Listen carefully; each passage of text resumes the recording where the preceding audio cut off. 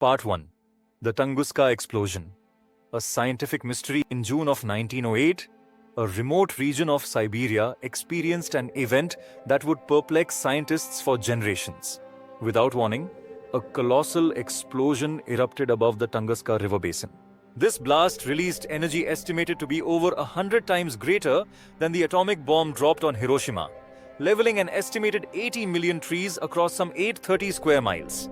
Remarkably, no impact crater was ever located, and no fragments of a meteoroid were found. Investigators have speculated on various causes, ranging from comet fragments to natural gas releases, but conclusive evidence remains elusive. The phenomenon, known today as the Tunguska Event, remains one of the greatest unsolved mysteries in modern science. Simultaneously, a visionary inventor named Nikola Tesla was experimenting with unconventional energy technologies at his laboratory in Shoreham, Long Island. Tesla was not directly involved with the Tunguska event, but some fringe theories have drawn speculative parallels between his work and the Siberian explosion. Part 2. Nikola Tesla's vision for global wireless power. Tesla's ambitions went far beyond lighting a single bulb wirelessly. He envisioned a world powered through a planet-wide electrical resonance, using Earth's ionosphere as a transmitter. He believed that by sending precisely tuned electromagnetic waves into this atmospheric layer, roughly 50 miles overhead, he could illuminate homes around the globe without wires or central power stations. Tesla showcased his approach in 1893 at the World's Columbian Exposition in Chicago. There, he lit phosphorescent lamps suspended thousands of feet from the ground. No wires, no batteries. Spectators were stunned by what they saw. Tesla later wrote that Earth itself could serve as a giant conductor, capable of sustaining standing waves of electrical energy. To realize his dream, Tesla needed funding, and he briefly found it in financier J.P. Morgan. Initially intrigued, Morgan backed Tesla's plans to build a massive tower, now known as the Wardenclyffe Tower, on Long Island. But when Morgan discovered the ultimate goal was to offer free electricity globally, he withdrew support. Left without funding, Tesla's groundbreaking project collapsed. By the 1930s, Wardenclyffe had fallen into disrepair, and Tesla died in relative obscurity in 1943. Part 3. The government intervention in Tesla's research. Upon Tesla's death in 1943, government agents seized much of his research material. Telexed papers, notes, and prototypes were reportedly packed and transported. In the midst of World War II, the US government was mindful of any technology with potential military applications, particularly those involving directed energy. Some of Tesla's papers were reviewed by a prominent MIT professor named Dr. John Trump, a specialist in high-voltage engineering and the uncle of a future president. Though Dr. Trump later stated that Tesla's documents held no immediate value in terms of national defense, the appetite in military circles for advanced weapons continued to grow. In the years following World War II, military agencies including the US Air Force and DARPA pursued research into directed energy weaponry and atmospheric manipulation. Among these projects was a classified operation codenamed NIC, undertaken in the mid-1940s at Wright-Patterson Air Force Base. Though officially discontinued, its conceptual underpinnings reportedly lived on in subsequent experiments. Part 4. Project Seesaw and the genesis of HARP. By the late 1950s, DARPA initiated another covert venture known internally as Project Seesaw. This program explored the feasibility of particle beam weapons and the use of electromagnetic radiation to disrupt missiles and communications. Officially shuttered in the early 1960s, Project Seesaw nevertheless laid groundwork that would later inform advanced studies in ionospheric research. In the subsequent decades, attention shifted toward large-scale radio frequency facilities, most notably in Alaska. In 1987, physicist Bernard Eastland submitted a US patent titled Method and Apparatus for Altering a Region of the Earth's Atmosphere, Ionosphere and/or Magnetosphere by means of a high-power radio frequency transmitter. This patent described a mechanism for heating localized zones of the ionosphere using high-power RF waves, creating an artificial lens to refract radio signals, radar waves, and even cosmic currents. While Eastland's technology offered promise in fields like global communications and ionospheric research, it also implied military utility, specifically in missile defense, weather manipulation, and even seismic intervention. Soon afterward, Eastland partnered with Arco Technologies, a branch of the oil giant Atlantic Richfield, ARCO controlled massive reserves of natural gas in Alaska's North Slope but lacked commercial outlets. Thus began a collaboration aimed at converting fossil fuel into strategic utility via large-scale energy emissions directed into the upper atmosphere. Part 5. The Alaska Facility and Public Uproar. In early 1988, construction began on a high-power antenna array in remote Alaska. When the public discovered plans for a facility that could potentially influence the ionosphere, alarm bells rang. Local and environmental groups demanded answers.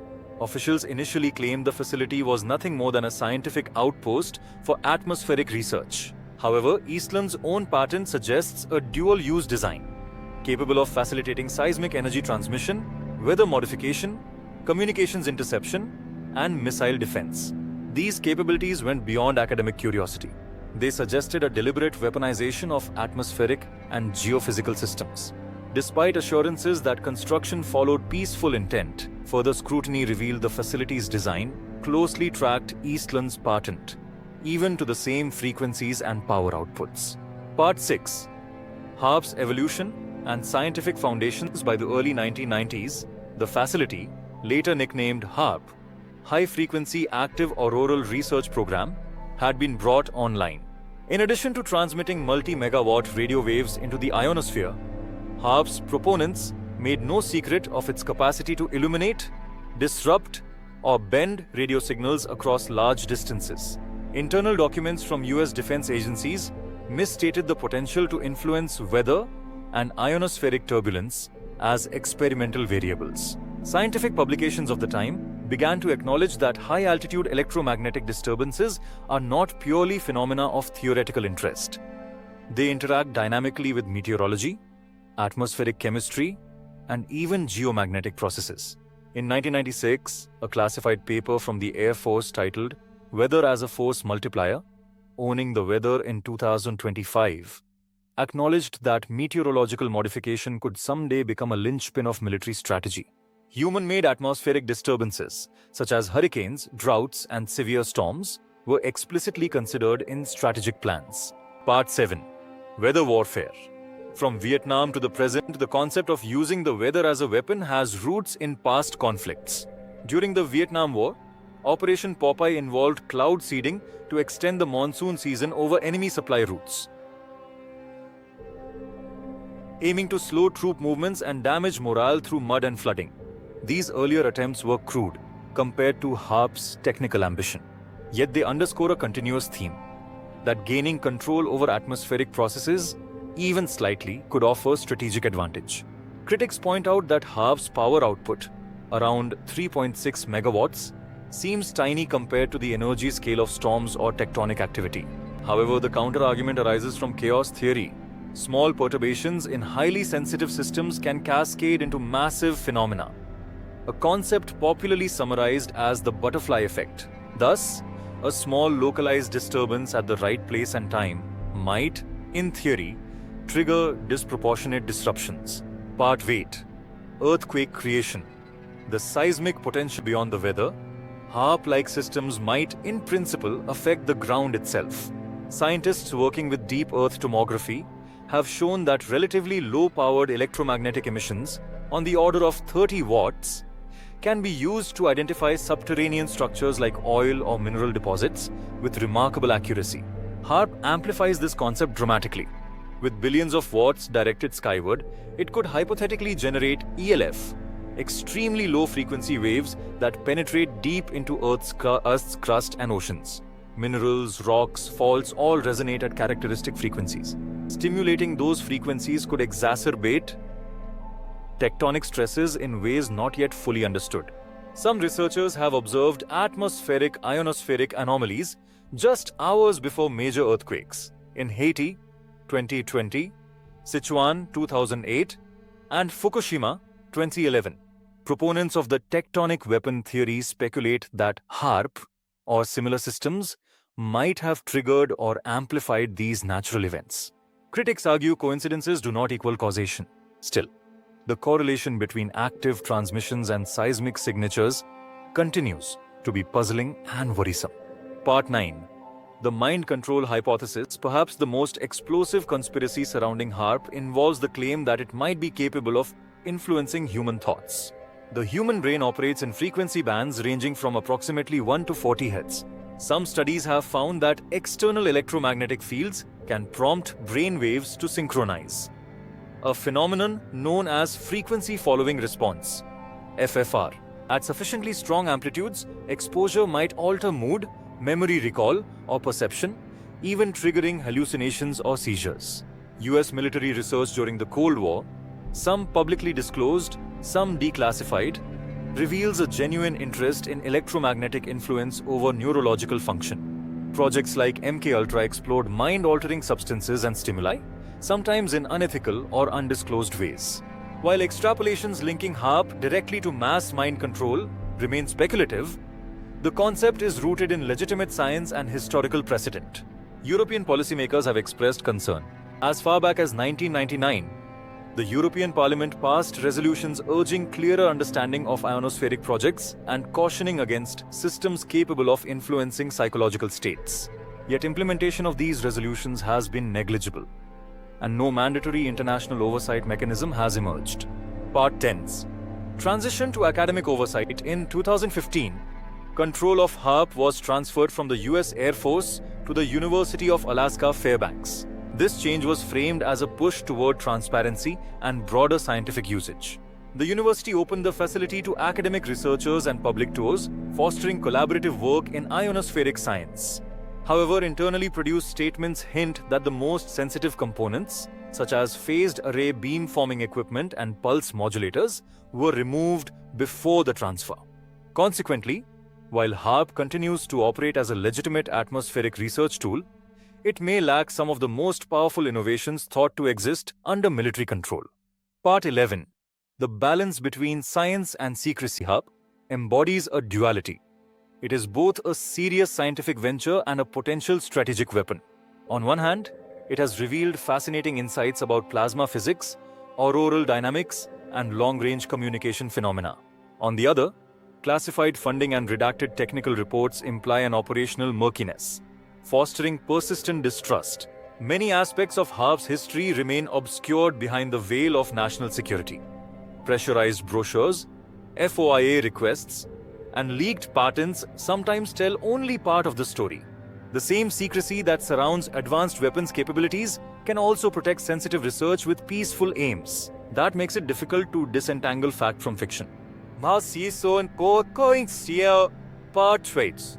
The broader geotechnological context, HARP isn't an isolated case. Across the globe, governments and corporations are increasingly capable of manipulating geophysical systems. From weather drones to ionospheric heaters to subterranean radar and SIGINT arrays. Climate modification efforts are advancing, from cloud brightening to carbon sequestration. The digital transformation of Earth's environment is proceeding rapidly, outpacing political, ethical, and legal frameworks. In contexts like these, HARP represents a broader challenge: how humanity can responsibly use science to influence planetary systems without triggering accidental or deliberate harm. As a society, we must grapple with the fact that we now possess the means to experiment with planetary scale systems, and the consequences might be irreversible or hidden until it's too late. Part 3. Toward greater transparency and public engagement, what can individuals do? Here are some practical steps. 1. Demand greater oversight. Governments should open detailed timelines, declassified technical reports, and unedited research logs to independent scrutiny. 2. Promote peer-reviewed investigation. Encourage academic institutions to fully publish data and collaborate openly, especially regarding potential hazards. 3. Support global agreements. Treat HARP-like systems as possible geoweapons under international conventions like the Environmental Modification Convention, ENMOD. 4. Build local monitoring networks. Community-based devices can help detect and share unusual electromagnetic, atmospheric, or seismic events. 5. Hold platforms accountable. Tech companies and media should highlight classified or controversial research responsibly, not sensationally.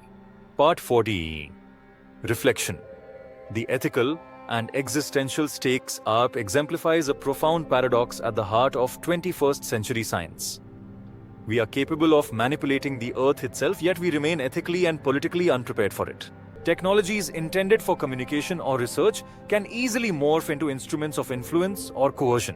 We live in a world where the boundary between global warming, climate engineering, and covert weather warfare is narrowing.